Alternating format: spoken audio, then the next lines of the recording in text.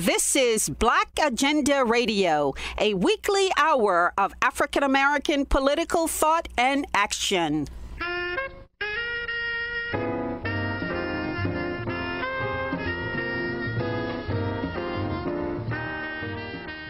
Welcome to the radio magazine that brings you news, commentary, and analysis from a Black left perspective.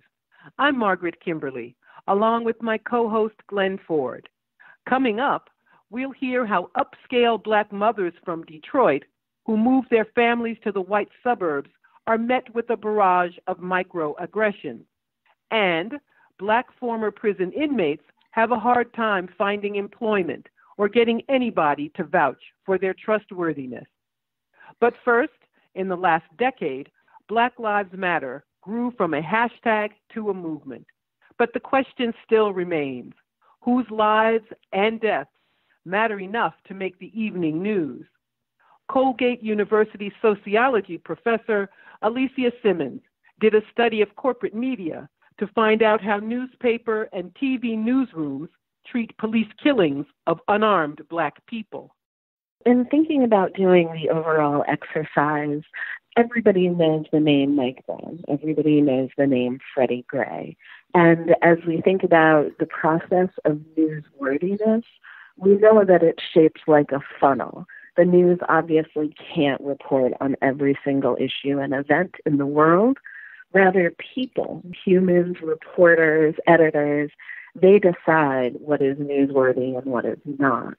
And so for me, the question became, well, I know that this happened to Mike Brown and Freddie Gray. Who else has this happened to? They clearly can't be the only ones.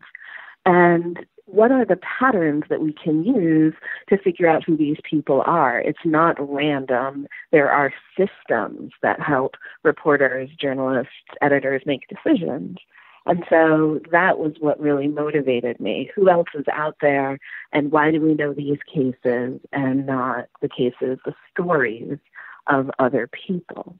The nature of the corporate news media, and those are the outlets that you studied, is that it's staffed mostly, overwhelmingly, by white people who bring not only the institutional history of the news organization, but the racial history of themselves and that organization. I think that would be absolutely correct. As we think about the social construction of reality, who gets to write those stories? Yes, as we think about journalists in the United States, they are overwhelmingly white, they are male, they are overwhelmingly college educated. And so we're talking about a very particular group of people who get to make these decisions. And are Black and brown people in those rooms? Certainly not in anything that approaches proportionate distribution. So you're absolutely right in terms of who is left in and out of the newsroom itself. Now, you found that in 2014, that's the year when Mike Brown was shot down in Ferguson, Missouri. In 2014, Black deaths at the hands of police were top stories. Why was that? In thinking about making something a top story, in thinking about creating news in the United States is a money-making business, and that is not the model in all democracies. You can have more publicly funded news, or you can have more privately funded news. And the United States has the vast majority of news is privately funded. About 2% of the population engages with things like PBS or NPR, probably your program as well. And so in thinking about news, if it is a money-making business, you are drawn to stories that have drama and excitement. And in thinking about police shootings, right, those have drama and excitement. And then if you add in the racial layer, right, I mean, these aren't any old police killings. They are particular police killings. And so they have that kind of dramatic flair to them. And then once you get one, and so you can think about Eric Garner, and then you have Mike Brown soon after, they bubble up together in a particular kind kind of way. So I think that they have the characteristics of any kind of great news story. I think being able to add on that extra racial layer. I think the fact that Obama was president as well, kind of, again, bubbling that racial layer up to the top. And so it was a major news story for a while. It has not been a major news story as of late. The story still exists, but we also have to think about what is available for news. And so these stories might currently be crowded out by all of the other newsworthy events that are going on in the world. So the window for the ability to become news opens and closes to a certain extent as well. But much of the drama and excitement, at least the drama and excitement that is perceived by the mass audience, comes from the intervention from Black activists, from protesters.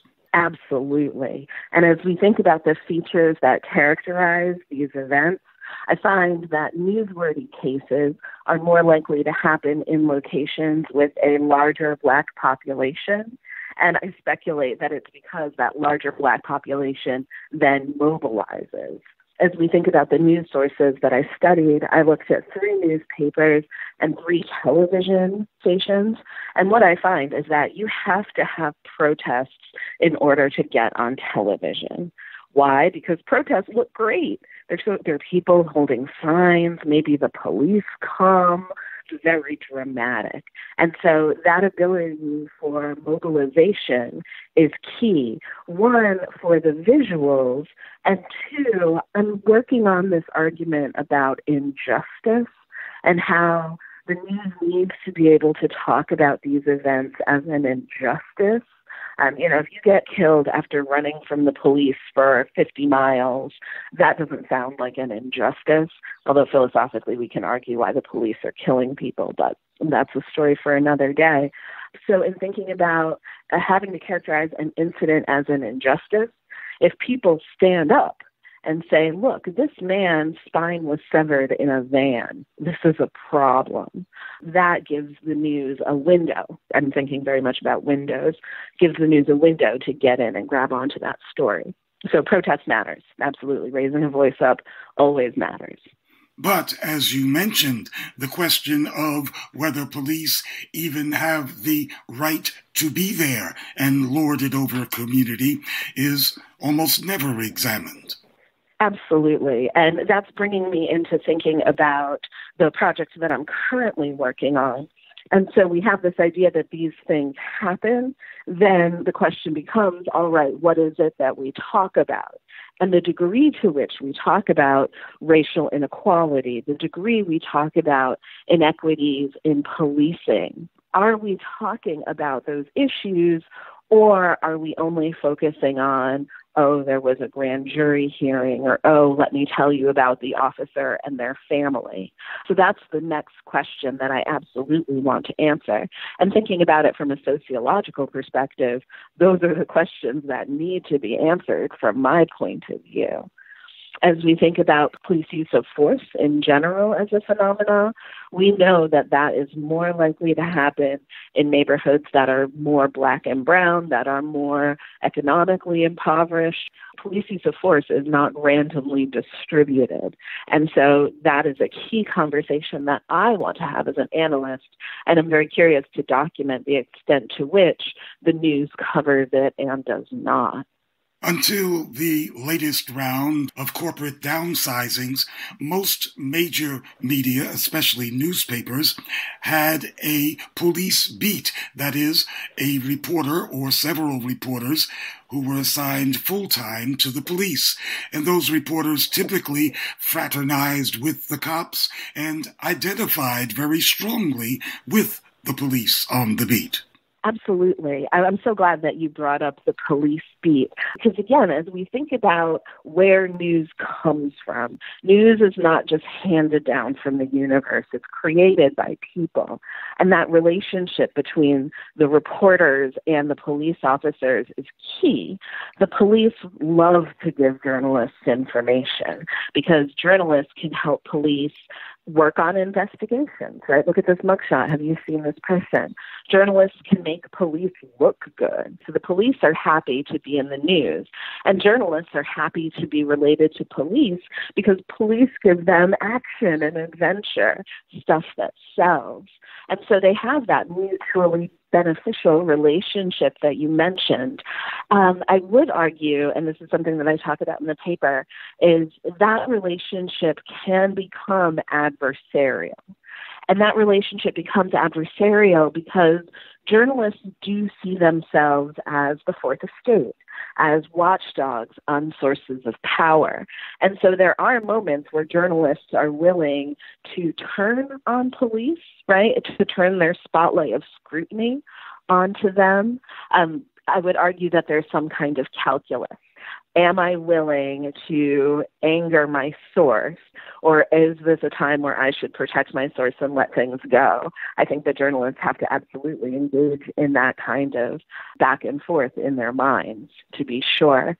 And as we think about police and their willingness to divulge information, that's a key determinant of newsworthiness. If the police don't release the name of an officer, it depresses the ability for the news to talk about them. I can't ask anybody questions. I can't probe into their life history.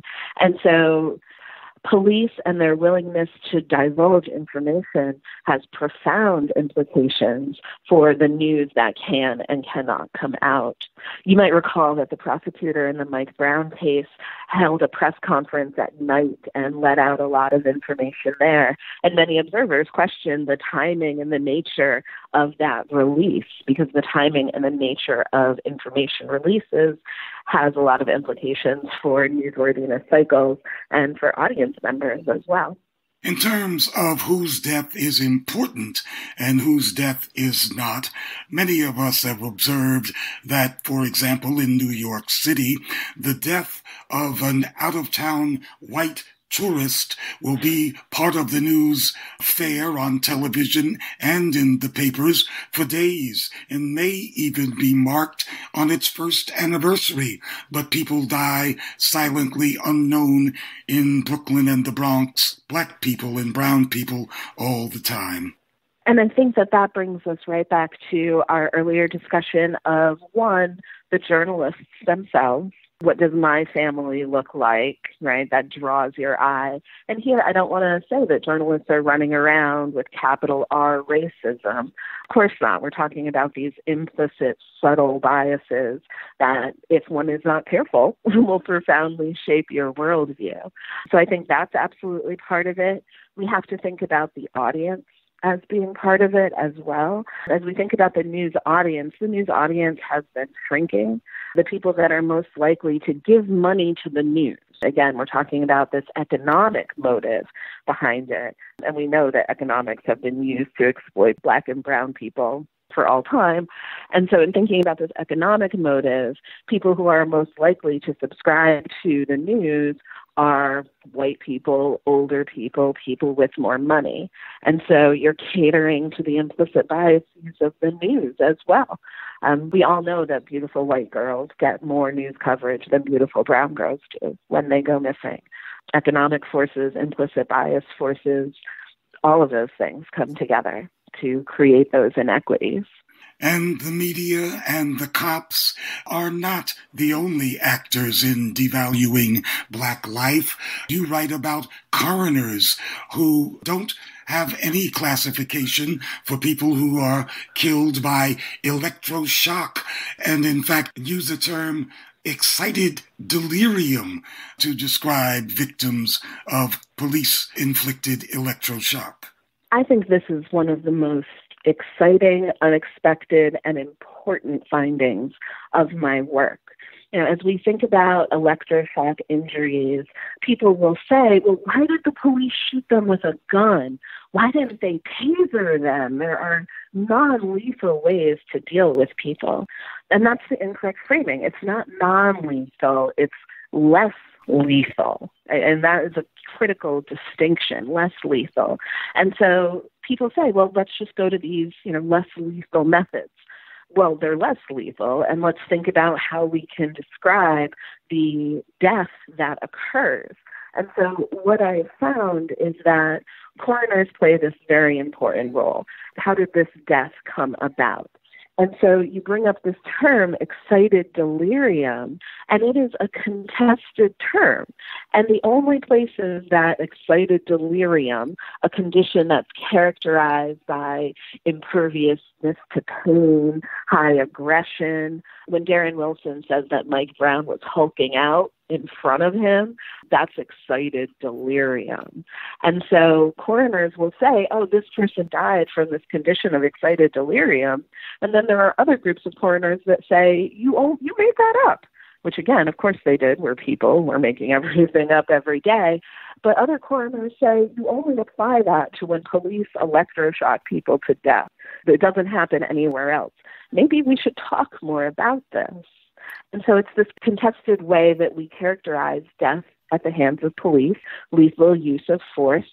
And so what I think is so important about my work is that I demonstrate people who die from electroshock injuries do not make the news.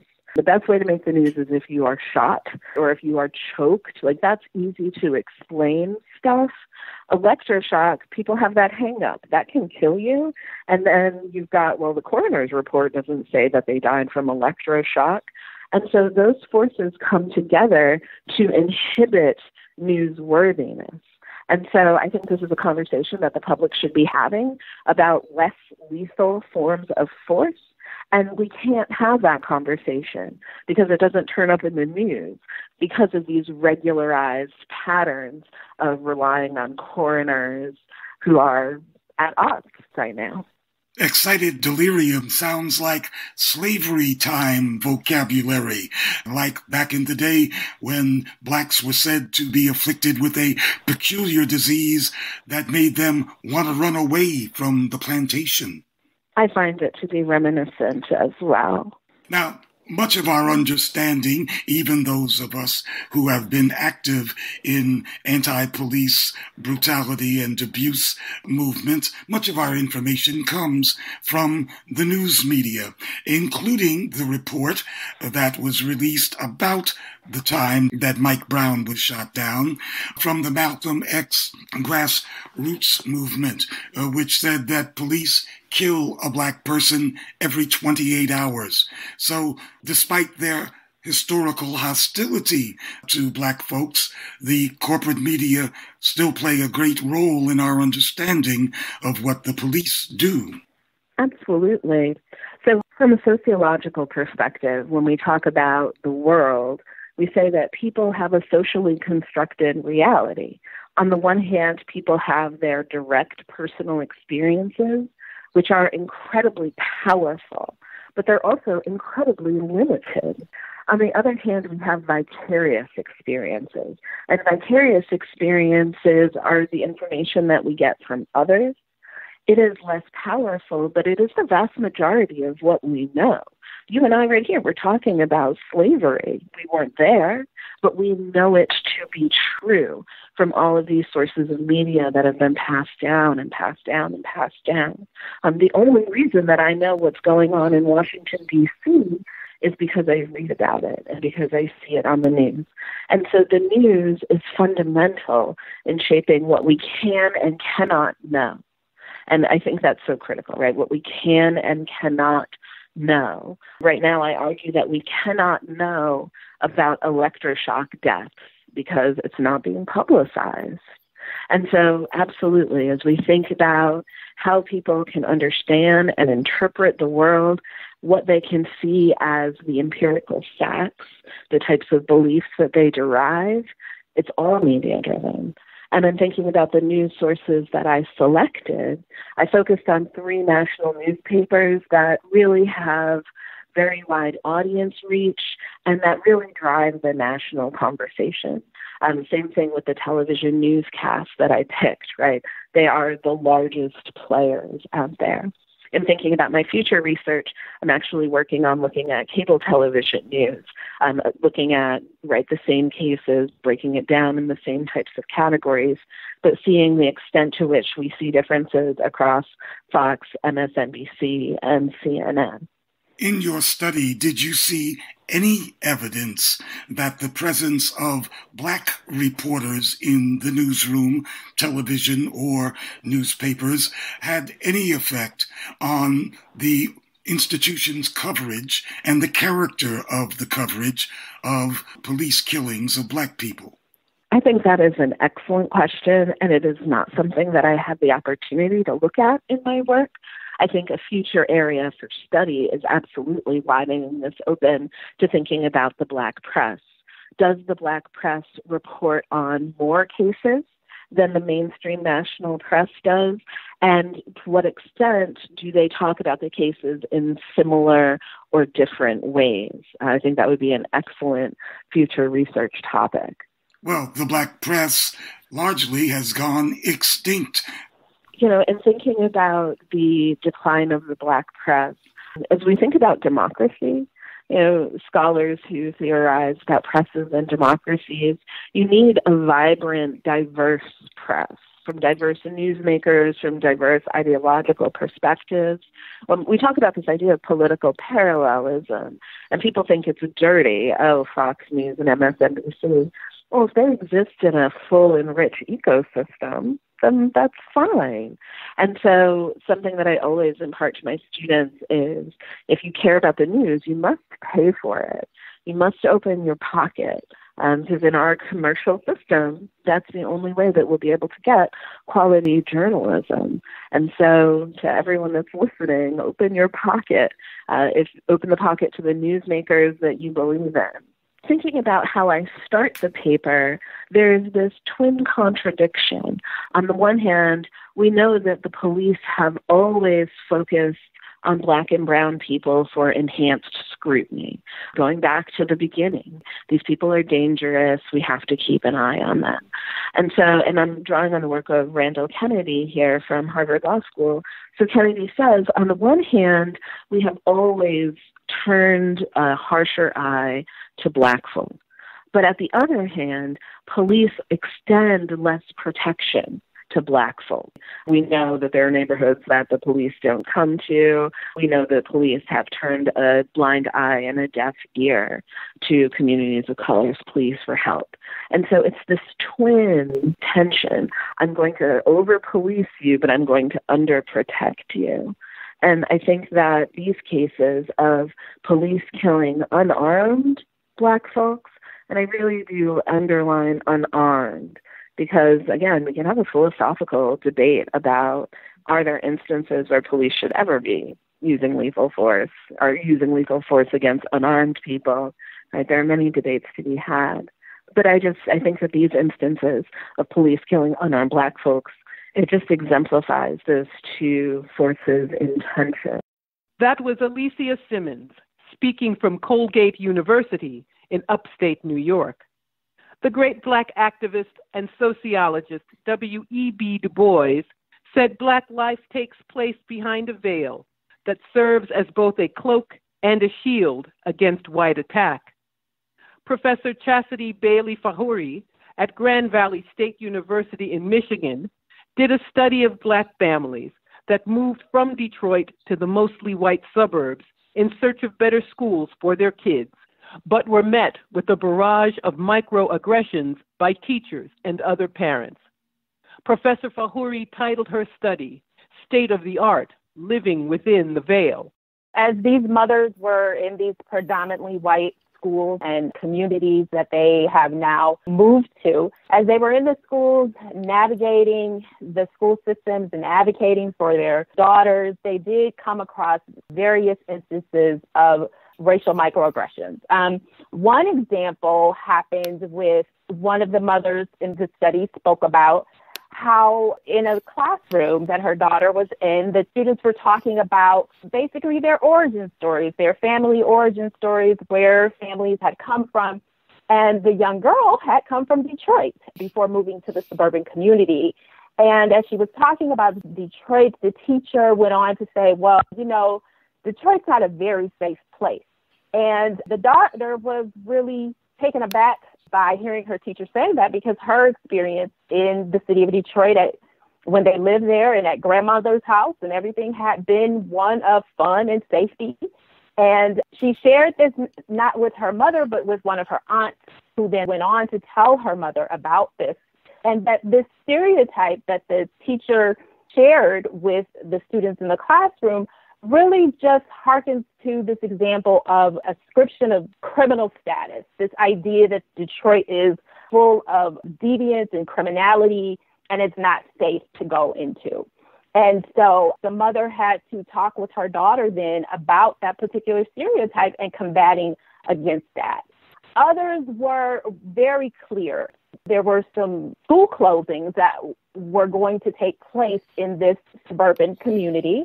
And this mother was really advocating for not closing the school. She was very vocal. There was a coalition of folks who were coming around and trying to prevent the school from closing. And while the local newspaper covered the story and actually put this African-American mother and her daughter on the front page of the newspaper, and she received so much vitriolic, the kinds of comments that she was receiving from folks in the community about her being the face of this school closing.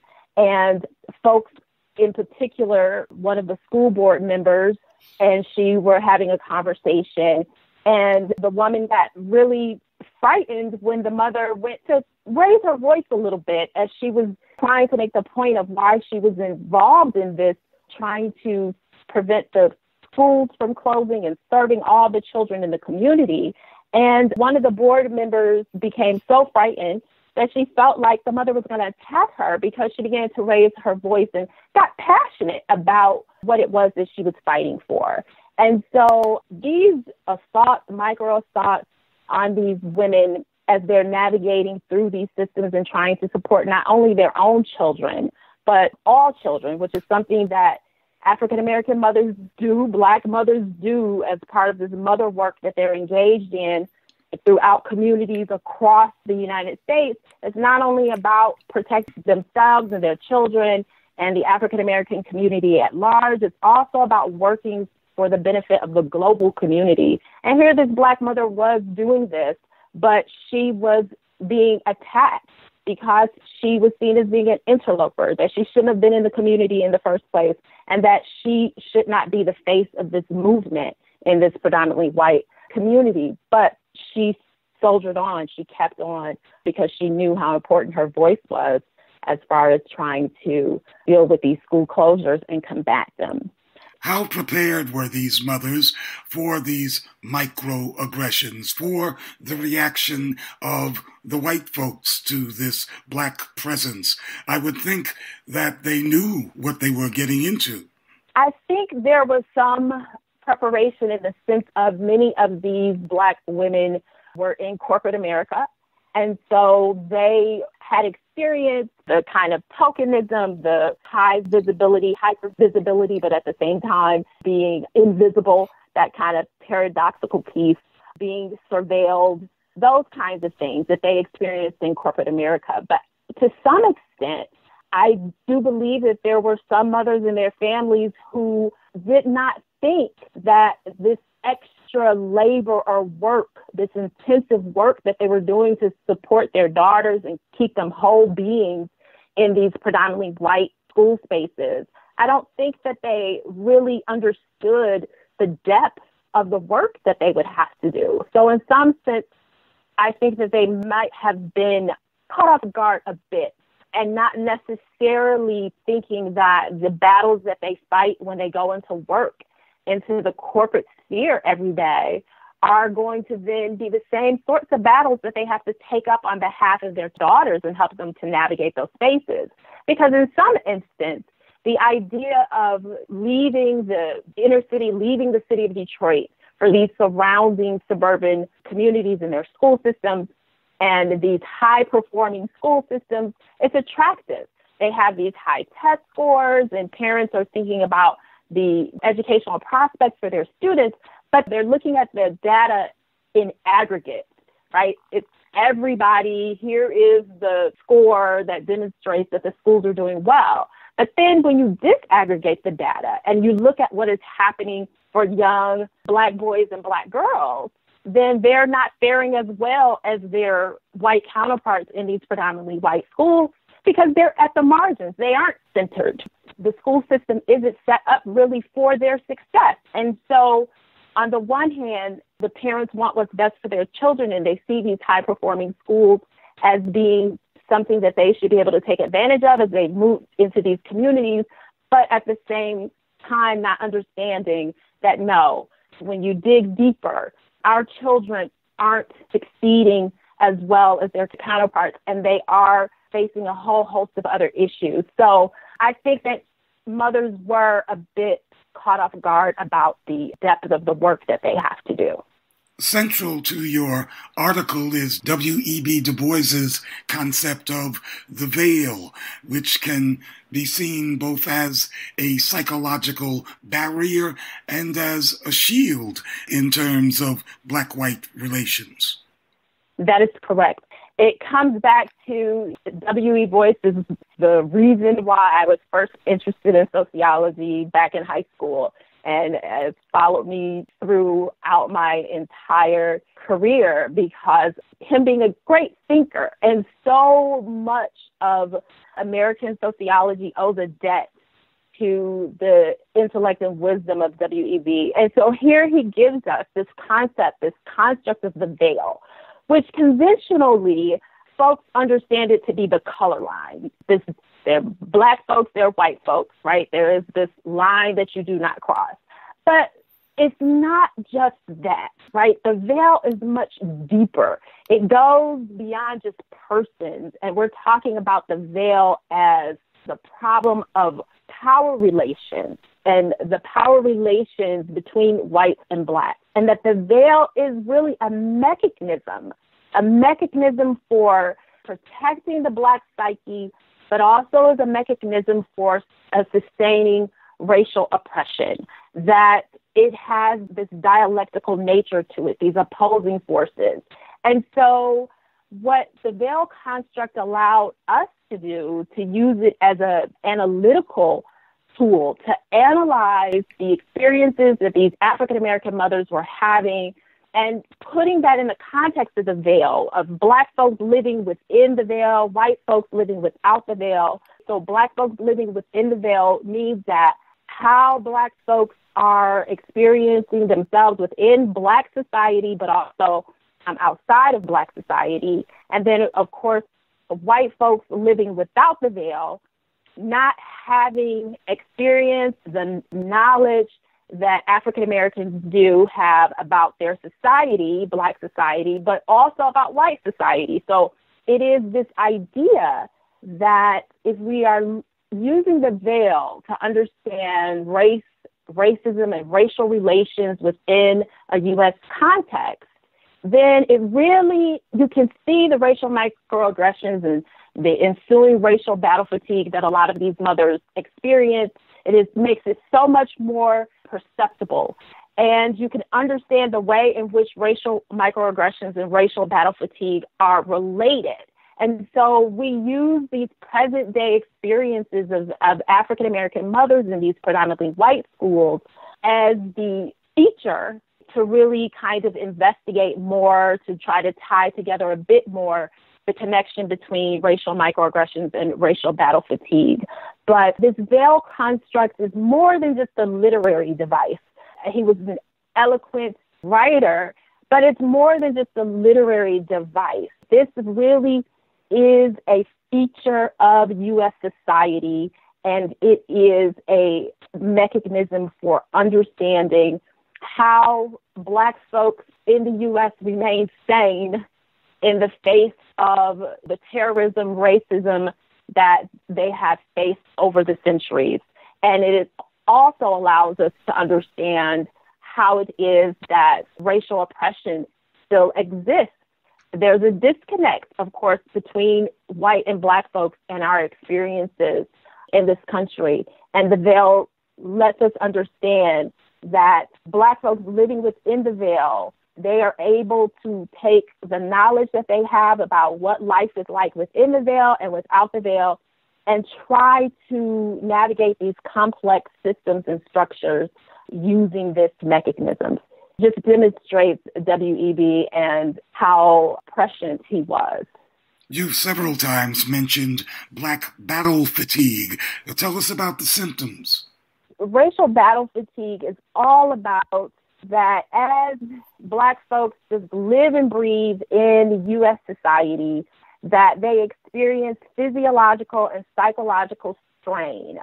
And they dedicate a lot of energy to coping with racial microaggressions and racism. And so there are a whole host of symptoms that have been identified that can manifest themselves physiologically and psychologically. So tension headaches and backaches, elevated heartbeat, extreme fatigue, ulcers, and constant anxiety, inability to sleep, intrusive thoughts and images, hypervigilance, frustration, what is known as John Henryism, or this high effort coping with various stressors, anger and anger suppression, keeping quiet, silence, resentment. There are all sorts of rapid breathing in anticipation of racial conflict. So there are all of these sorts of symptoms that African Americans can face as a result of racial battle fatigue. And these symptoms are debilitating, can be debilitating, but they are, again, can also be protective. So the racial battle fatigue is something that this is being tired of coming up against these constant assaults, these constant racial microaggressions, the racism, the discrimination, and it takes a physical toll on the body. And there are researchers who have identified how living under racial stress and duress for African Americans has resulted in some anatomical changes. Like there is a researcher out of the University of Michigan by the name of Geronimus, and she has developed this concept of the weathering theory on the body and how that artificially ages, particularly African American women. That's been who she had been working with. Just living under constant stress and what that does to a person's body and to our emotional and psychological health. And so this is something that we see connected to these various other illnesses that are prevalent amongst the African American community when it comes to hypertension, cardiovascular disease. These things are connected and associated with living under, again, racial stress and racism. So we see mothers demonstrating racial battle fatigue as a result of, again, trying to advocate for their daughters in these predominantly white schools. And when they come in, the racial microaggressions that they receive, and then how those begin to induce the racial battle fatigue that they experience.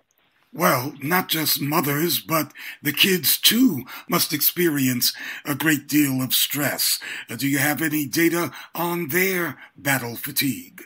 So I don't have any data on their battle fatigue, but yes, you are correct that, again, we see children, yes, trying to navigate these situations, that a feeling that something just happened doesn't feel right. Something's wrong with that.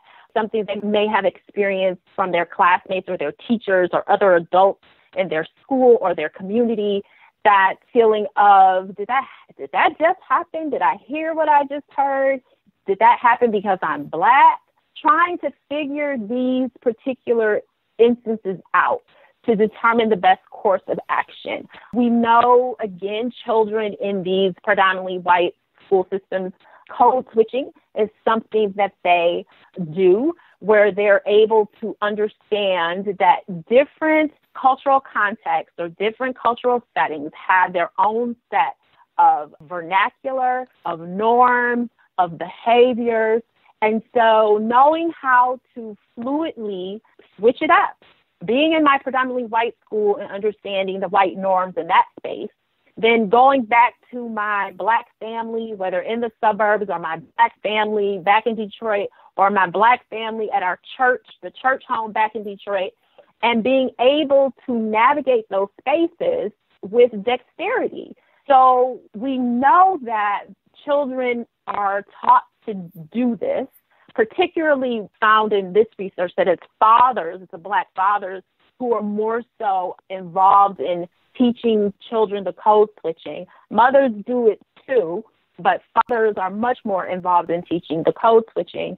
And so, again, here becomes another skill or behavior that these young African-American children are learning to be successful in Black society and outside of Black society.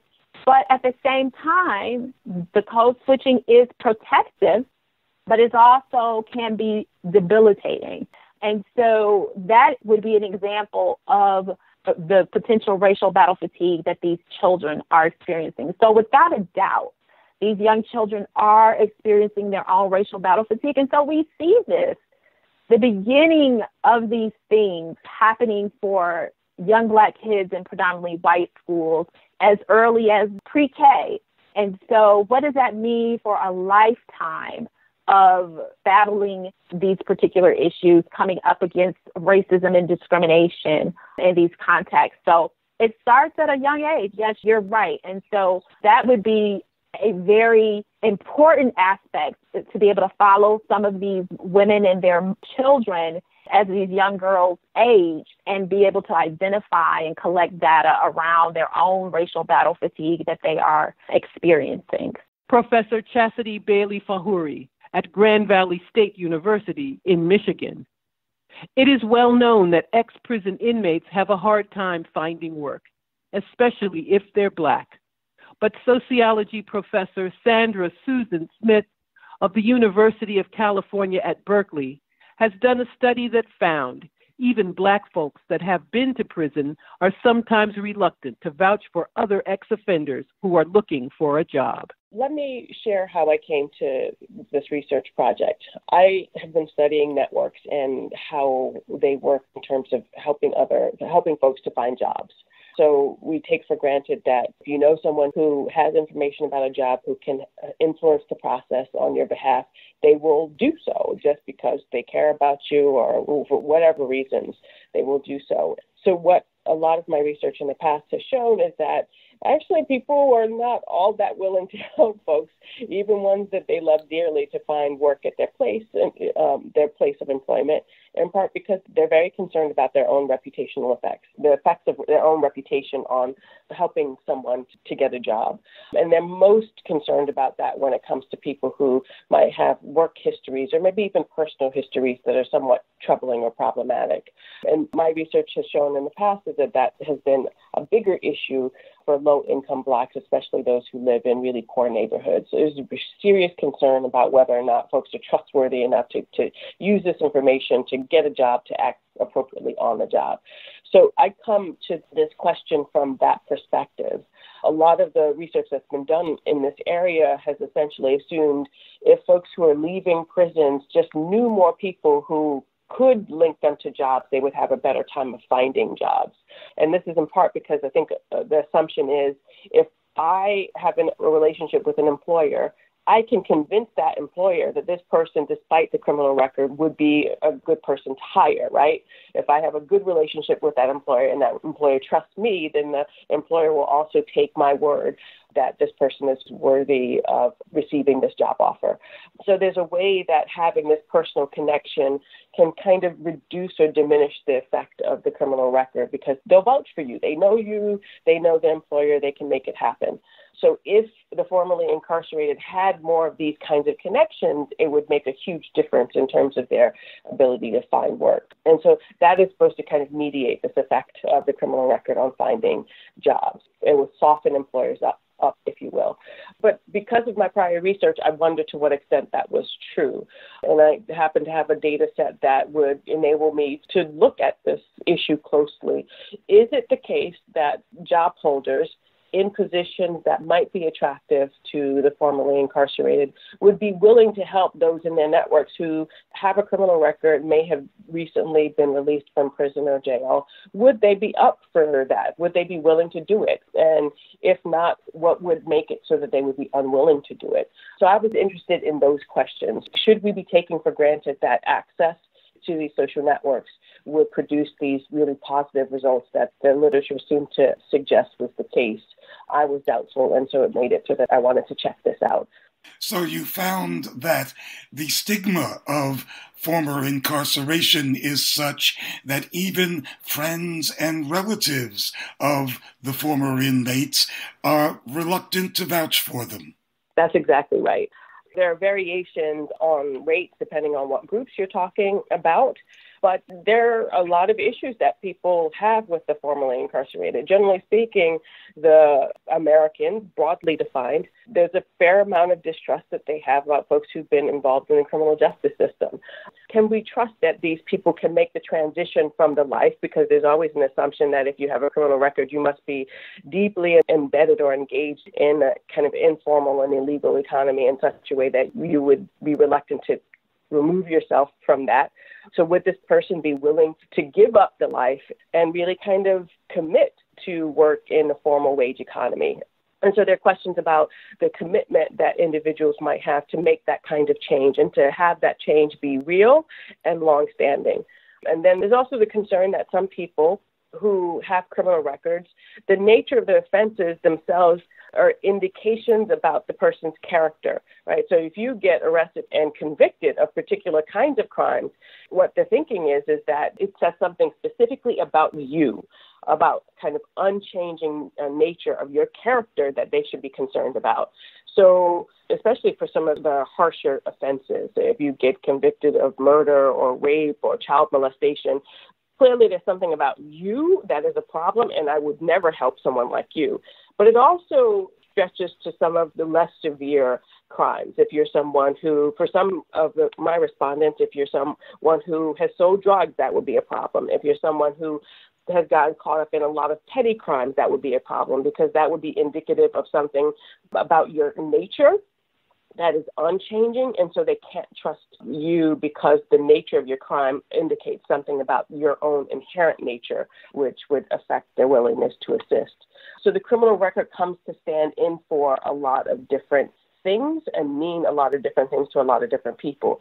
To the extent that folks feel like there's not enough evidence that you have made the change or that you seriously want to change, or to the extent that they feel like the nature of the offense means something about your nature, it shapes whether or not they're going to be willing to help you to find work. So those two factors mattered a great deal with regards to my respondents' willingness to provide help when they were in positions to do so. So how does changing frames overcome these obstacles? It's not so much changing frames. It's about the way I think about these issues when I come into contact with someone who is in this situation, right? So if I come into a situation feeling in general that everyone deserves a second chance, regardless, everyone has the ability to change no matter what, and they deserve the opportunity to make that change, and I come into contact with someone who has recently been released from prison and is looking for a job, having that frame in my mind shapes how I'm going to interact with that person. And so I'm going to be much more open, because I believe everyone deserves a second chance. I'm going to be much more open to provide assistance if I have the opportunity to do so. But if I come into a situation thinking, well, criminals, especially those who have particular offenses, they just don't deserve to get a second chance because there's something about their nature that makes them the way that they are. So I can't trust them. I wouldn't trust them at my place of employment. I wouldn't trust them with the people that I care about. That is going to shape how I interact with the person when I come into contact with them. So it's less about the change in frames matter. It's about what ways do I think about the formerly incarcerated in my mind and the possibility that they can change in this situation that will shape whether or not I'm willing to help. So when I talk about change frames, it's about the change is referencing the ability of that individual to change their situation in such a way that I feel like I can trust them with a job opportunity that I might be able to initiate for them. And so my way of thinking about this is that we all come into interactions with different ways of thinking about things. If you come into an interaction thinking that change is possible and likely and that everyone is deserving of it, it opens up all sorts of possibilities for the formerly incarcerated. And what I find in my research is that when individuals have had prior experiences with the formerly incarcerated and those are positive, they fully embrace the second chance frame. I'm willing to do this. I know people who are in my network, people that I often care about, maybe a number of people who've been in this situation, and they were able to turn their lives around and they're doing much better now. Those folks fully embrace the second chance frame, and when they're given an opportunity, they help. On the other hand, though, folks who might have in their networks people who have had criminal justice contact, and they might even know quite a few of them, and they're very close to them. If they have had negative experiences in the past, either helping folks to try to find work and not having it work out, or if they notice that those folks don't seem to be all that motivated about finding jobs, that they are much more likely to embrace a frame that wants evidence for, I need evidence that you are committed to changing your life, to leaving the life behind, and to embracing and being committed to work in the formal wage economy. So once prior experiences sets one up for thinking about the situation in a particular way, such that when they come into contact with folks who've been formerly incarcerated and they might be in a position to help, those ways of thinking about it shape how it is, whether or not they help and how it is that they help. And so those are the kind of cultural frames I'm talking about. It's essentially how you think about it, a situation. What are the different ways you can think about it? And people's prior experiences set them up for thinking about things in a particular way that either opens up opportunities for helping or it shuts them down completely. Because of the pervasiveness of incarceration in Black communities, most ex-inmates' social networks are comprised of people much like them. Mm-hmm. That's exactly right. I mean, in my sample, at least, a high percentage of my Black respondents, Black job holders, had in their networks at least one person and someone they felt close to who had had contact with the criminal justice system. And for a number of them, they too had had some contact with the criminal justice system. So they both had personal experiences. I directly have had contact, and I know a number of people who have had contact. That alone did not make it so that people were willing to help. They had to have had prior experiences where they felt like these folks wanted to work. They took advantage of opportunities. I have all the belief in the world that people will take advantage of these second chances that they are given. And so I'm fully willing and able to engage in a process that will help those folks out. They just don't think about it again.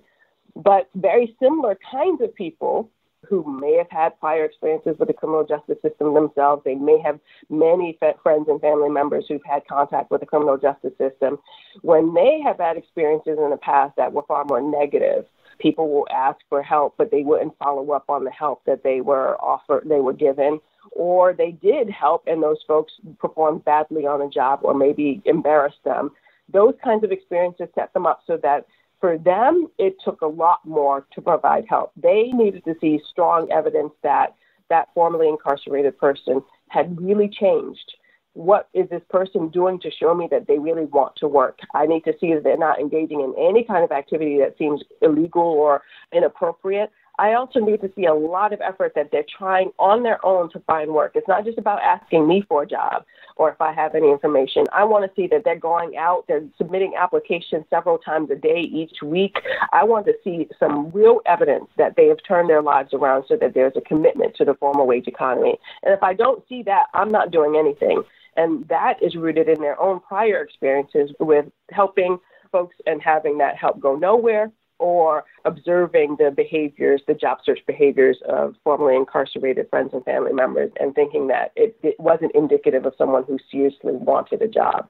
And so you're right. Many, especially my Black respondents, many were connected to people, their friends and family members who've had contact with the criminal justice system. Many of them had contact themselves but how they looked at that situation was highly contingent on the kind of quality of their experiences in the past in situations just like this. It shaped how they thought about it and how they operated with regards to folks that they knew. It's difficult to imagine how ex-inmates' social networks, their friends and their families and acquaintances, or even the Black community as a whole could make much of an impact on this problem of re-employing ex-inmates, since Black folks don't control a large portion of jobs. It's true. I mean, workers in general, one could argue, don't control most of the jobs. But in some communities, the vast majority of people find work through networks, right? It's not just that you get information about the jobs. You have someone who will speak to the employer on your behalf, who will give you strategic advice about how to get that job. There are different ways that we as job holders can help folks in our networks to get work. And what prior research shows, in some ways disconnected from the question of racial inequality, is that whether or not one gets help and how that person helps makes a huge difference in terms of whether or not you get a hearing with the employer and whether or not that employer looks at you favorably. And so what my research finds is that even outside of the question about whether or not one has a criminal record, low-income Black folks, especially those from communities of concentrated disadvantage, are far less likely, when they have information and can influence the hiring process, they're far less likely to do so. They're far less likely to give strategic advice. They're far less likely to speak to the employer on behalf of their job-seeking relation. And this is in part rooted in their fear or distrust about what that will do if that person comes on the job and doesn't behave in a way that they would find appropriate.